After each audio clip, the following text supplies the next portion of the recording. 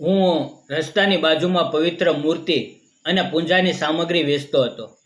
એક દિવસ એક સુંદર છોકરી પોતાની નાની દીકરી સાથે અષાઢી બીજની રથયાત્રા માટે ભગવાન જગન્નાથનો નાનો લાકડાનો રથ લેવા આવી. તેની પાસે પૂરા પૈસા નહોતા, છતાં મેં તેને ઓછી કિંમતે એ સુંદર રથ આપી દીધો. ત્યારબાદ અમારી સારી ઓળખાણ થઈ ગઈ. તેણે મને પોતાના ઘરે ચા પીવા માટે બોલાવ્યો.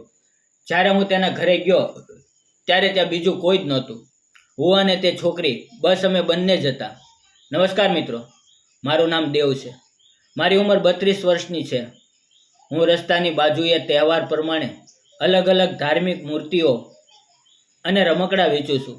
થોડા દિવસમાં અષાઢી બીજનો પવિત્ર રથયાત્રા ઉત્સવ આવવાનો હતો. ત્યારે મેં વિચાર્યું કે ભગવાન જગન્નાથજીના રથ અને મૂર્તિઓનો એક મોટો સ્ટોલ લગાડું. હું હજી સુધી અવિવાહિત હતો, કારણ કે મારા ઘરની આર્થિક પરિસ્થિતિ બહુ ખરાબ હતી.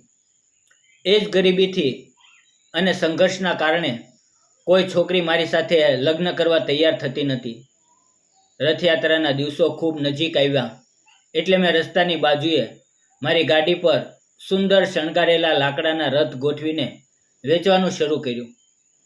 લોકોની ભીડ બહુ જ વધારે હતી. લોકો મારી પાસે આવીને રથ અને મૂર્તિઓ વિશે પૂછતા, તો હું બહુ જ પ્રેમથી અને નમ્રતાથી દરેક રથની કોતરણી અને તેની ખાસિયત સમજાવતો. મારી આવી મીઠી અને આદરપૂર્વકની ભાષાથી લોકો આકર્ષાઈને મારી પાસેથી સામાન લેતા હતા. ધીમે ધીમે બપોરનો સમય થઈ ગયો અને મારા અડધાથી વધુ રથ વેચાઈ ગયા હતા. અચાનક બપોરે લગભગ 3 વાગ્યે એક સુંદર છોકરી પોતાની 5 વર્ષની નાની દીકરી સાથે મારા સ્ટોલ પર આવી. એ યુવતી દેખાવામાં એટલી સુંદર અને સાદી હતી, જાણે પ્રકૃતિએ પોતાની આખી માસુમિયત એની પર વરસાવી હોય. લાંબા કાળા વાળ, ચમકતી આંખો, એકદમ નિખરેલો ગોરો રંગ અને સાડીમાં સજેલું એનું રૂપ જોઈને મારી નજર એક ક્ષણ માટે એની પર જ અટકી ગઈ. એ અને એની નાની દીકરી બંને બહુ જ ઉત્સાહથી રથ જોતા હતા અને મને તેના ભાવ વિશે પૂછતા હતા. એટલામાં તે નાની દીકરીને એક બહુ જ સુંદર શણગારેલો મોટો રથ ગમી ગયો. યુવતીએ સંકોચ સાથે તે રથનું મૂલ્ય પૂછ્યું. મેં કહ્યું, 500 રૂપિયા. આ સાંભળીને તેનો ચહેરો સાવ ફીકો પડી ગયો. એણે નિરાશ થઈને દીકરીને કહ્યું, બેટા, આપણી પાસે અત્યારે આટલા પૈસા નથી. આપણે બીજો કોઈ નાનો રથ લઈ લે. પરંતુ દીકરી તો એ જ મોટા રથ પર ભગવાન જગન્નાથજીને બેસાડવાની હઠ પર ઊભી થઈ ગઈ અને જોર જોરથી રડવા લાગી. આ બધું જોઈને મને અંદરથી બહુ જ ખરાબ લાગ્યું. તે યુવતી દીકરીને રડતી મૂકીને ત્યાંથી જવા લાગી. પણ એ લાચારીના દ્રશ્ય મારું હૃદય સ્પર્શી ગયું. મેં પાછળથી અવાજ આપીને એને ફરીથી બોલાવી. એ પાછી આવી અને બહુ જ ધીમા અવાજે શાંતિથી કહ્યું, અમે બહુ ગરીબ છીએ. આટલો મોટો રથ ખરીદી શકતા નથી. સાચું કહું તો પ્રભુ તો ભાવના ભૂખ્યા છે. નાનો રથ હોય કે મોટો, ભગવાન તો ભગવાન જ છે ને.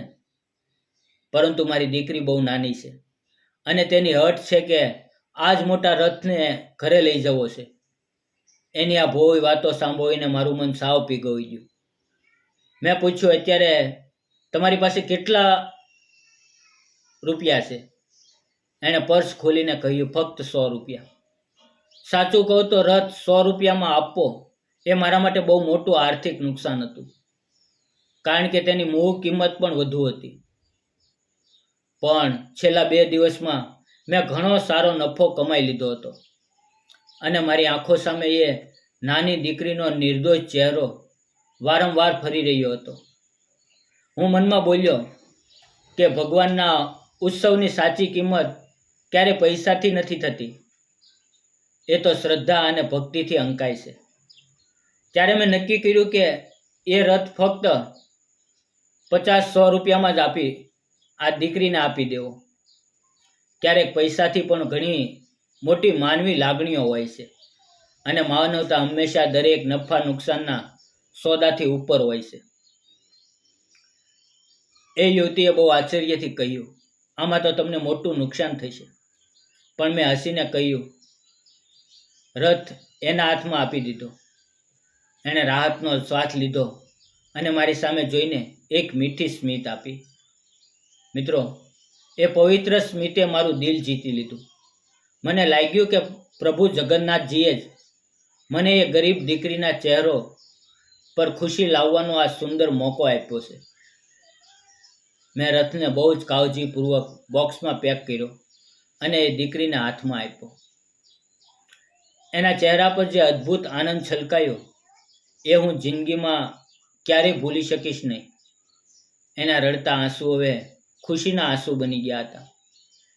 એ આનંદ જોઈને મારું હૃદય ભરાઈ આવ્યું. યુવતી અને એની દીકરી વારંવાર મારો આભાર માનતા માનતા ત્યાંથી જતા રહ્યા. 2-3 દિવસ પછી રથયાત્રાનો મોટો પવિત્ર તહેવાર આવ્યો. ચારે તરફ જય જગન્નાથના નારા સાથે રથ ખેંચાવા લાગ્યા. હું પણ રોજ રાત્રે મંદિરના પંડાલમાં આરતીમાં જતો. એક દિવસ ત્યાં રથયાત્રા નિમિત્તે સોસાયટી તરફથી મોટી ભક્તિ ગીત સ્પર્ધા રાખવામાં આવી હતી. ત્યારે મેં અચાનક જોયું તો એ જ યુવતી સ્પર્ધામાં ભાગ લઈ રહી હતી અને સ્ટેજ પર બહુ જ મધુર અવાજમાં ભજન ગાઈ રહી હતી. તેણે જે ભજન ગાયું તે સાંભળીને આખું પંડાલ મંત્રમુગ્ધ થઈ ગયું. સાંજે જ્યારે પરિણામ જાહેર થયું ત્યારે એ યુવતીને ગાયકીમાં પ્રથમ મોટું ઇનામ મળ્યું, રોકડા 1500 રૂપિયા. એ વખતે એના નામની જાહેરાત થઈ ત્યારે મને ખબર પડી કે એનું નામ રાધિકા હતું. એ ખુશ થઈને સ્ટેજ પરથી નીચે ઉતરી ત્યારે મેં આગળ આવીને એને અભિનંદન આપ્યા. એણે તરત જ ઇનામના પૈસામાંથી બાકીના 400 રૂપિયા મને આપવા માટે હાથ લંબાવ્યો અને આગ્રહ કર્યો. મેં બહુ જ નમ્રતાથી એ પૈસા લેવાની ના પાડી દીધી. ત્યારે એ બહુ જ ભાવુક થઈને બોલી, તમારા આપેલી એ રથની ભેટ અને જગન્નાથજીની કૃપાથી આજે મને આ ભજન ગાવાની પ્રેરણા મળી છે.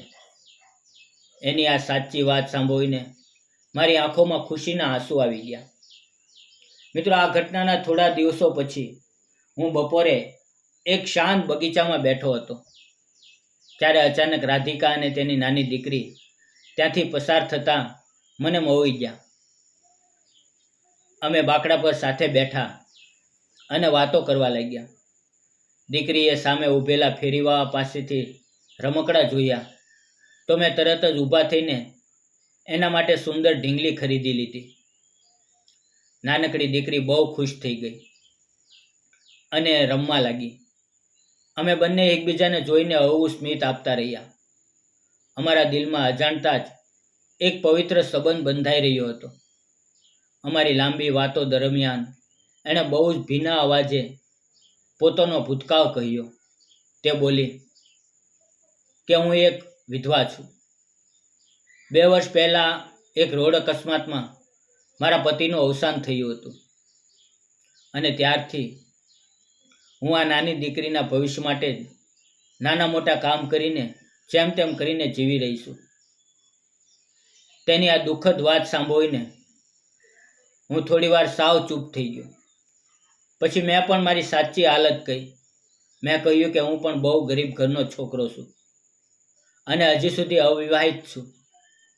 અમે બંનેએ ઘણા સમય સુધી દિલ ખોલીને એકબીજાના સુખ દુઃખની વાતો કરી.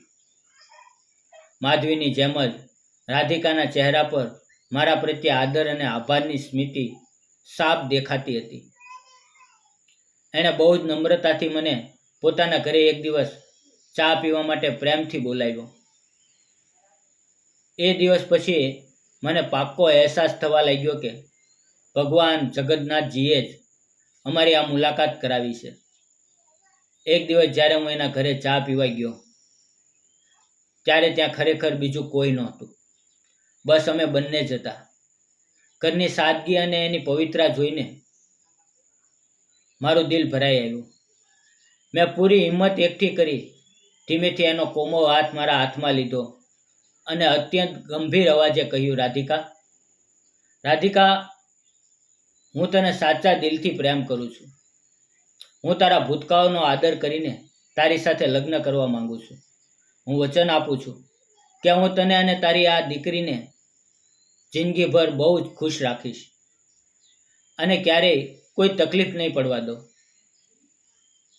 આ પવિત્ર શબ્દો સાંભળતા જ રાધિકાની આંખોમાંથી આનંદના આંસુ આવી ગયા અને એણે રડતા રડતા સહમતિ આપી દીધી. થોડા સમય પછી અમે કોઈ ખોટા આડંબર વગર ગામના એક મોટા મંદિરમાં જઈને બહુ સાદગીથી પ્રભુના આશીર્વાદ લઈને 7 ફેરા ફરી લગ્ન કરી લીધા. સમાજમાં કેટલાકે આ નિર્ણયને બહુ જ વખાણ્યો તો કેટલાકે અવનવી ટીકાઓ પણ કરી, પણ અમને એ નકામી દુનિયાની કોઈ જ ચિંતા નહોતી. અમારા બંને માટે માત્ર એકબીજાનો અતૂટ વિશ્વાસ અને સાચો પ્રેમ જ સૌથી મહત્વનો હતો.